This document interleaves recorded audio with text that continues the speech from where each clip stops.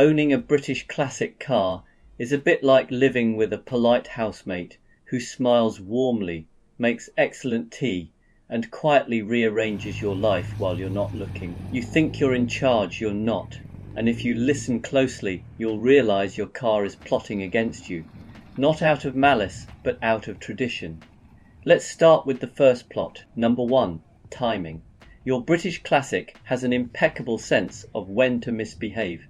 It will never fail on a random Tuesday when you have nothing planned. No, it waits patiently for the exact moment you're heading to a wedding, a long-awaited drive, or somewhere that requires arriving without the scent of petrol and regret. Triumphs, Bristols, old Jaguars, they all share this gift. They'll idle perfectly for weeks, then suddenly decide that today is the day the starter motor feels emotionally unavailable. And the thing is, it won't be dramatic about it. There'll be no bang, no warning light, just silence, as if to say, I'm terribly sorry, but no. The second plot is more subtle. Number 2, confidence erosion. British classics are masters of psychological warfare. One good drive and you feel invincible. You start thinking, I've sorted it now. You tell friends it's actually quite reliable. This is when the car strikes.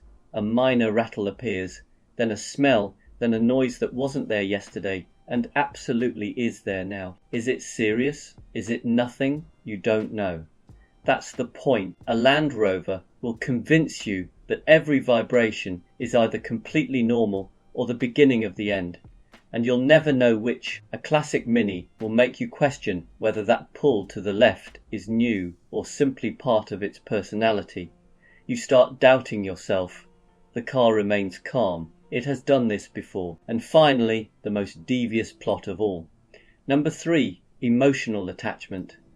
This is where British classics really get you. Despite everything, the leaks, the quirks, the way a classic Jaguar can turn fuel into noise with astonishing enthusiasm, you fall for it, you forgive it, you defend it. You start using phrases like, they all do that, and it's just a simple fix even though you've said that 6 times already. At some point, you'll catch yourself patting the dashboard of an old Rover or talking gently to an Austin Healey as if encouragement might help.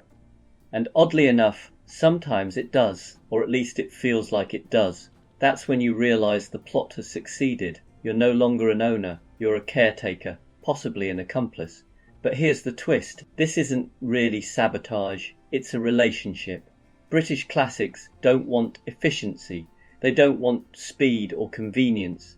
They want attention. They want patience. They want you to slow down, listen, and accept that perfection was never the goal. So yes, your British classic is plotting against you, against your schedule, your certainty, and your spare cash. But it's also plotting for something quieter and better. Fewer rushed journeys, more stories. And the kind of memories you only get from a car that occasionally refuses to cooperate. And honestly, you wouldn't have it any other way.